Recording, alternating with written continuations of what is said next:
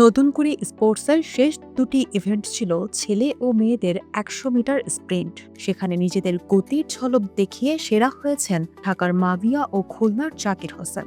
রাজধানীর আর্মি স্টেডিয়ামে আয়োজিত সমাপনী অনুষ্ঠানে গণপ্রজাতন্ত্রী বাংলাদেশ সরকারের প্রধানমন্ত্রী তারেক রহমানের উপস্থিতিতে অনুষ্ঠিত হয় এই বহুল প্রতীক্ষিত দুই প্রতিযোগিতা। মেয়েদের ১০০ মিটার শুরুর আগে মাঠে চলছিল মেয়েদের ফুটবলের ফাইনাল। এই ম্যাচ চলাকালে প্রধানমন্ত্রীর জন্য নির্ধারিত বিশেষ কক্ষ ছেড়ে তিনি নিজেই রানিং ট্র্যাকের পাশে এসে দাঁড়ান। সামনে থেকে উপভোগ করেন কিশোর কিশোরীদের গতির লড়াই। প্রতিযোগিতা শেষে দুই বিজয়ীকে কাছে ডেকে অভিনন্দনও জানান তিনি। মেয়েদের ১০০ মিটার স্প্রিন্টে হিটের মতো ফাইনালেও সেরা হন ঢাকার মাবিয়া। ১৩.৭৫ সময় নিয়ে স্বর্ণ জেতেন তিনি। সিলেটের তিশা আক্তার দ্বিতীয় এবং খুলনার অধরা ঐশী তৃতীয় হন।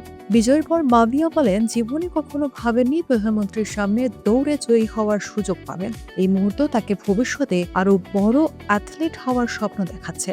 কিশোরগঞ্জ থেকে উঠে আসা মাবিয়ার লক্ষ্য একদিন এশিয়ান গেমস ও অলিম্পিকের ট্র্যাকে দেশের প্রতিনিধিত্ব করা। দিনমজুর বাবার হাতে নিজের সাফল্যের পুরস্কার তুলে দেওয়ার স্বপ্নও ব্যক্ত করেন তিনি। এরপর ছেলেদের ১০০ মিটার স্প্রিন্টে একচ্ছত্র আধিপত্য দেখান খুলনার জাকির হোসেন। মাত্র ১১.১৫ সেকেন্ডে ফিনিশিং লাইন অতিক্রম করে সেরা হন তিনি। দৌড় শেষ করেই শেষদায় লুটিয়ে পড়ে সৃষ্টিকর্তার প্রতি কৃতজ্ঞতা জানান জাকির।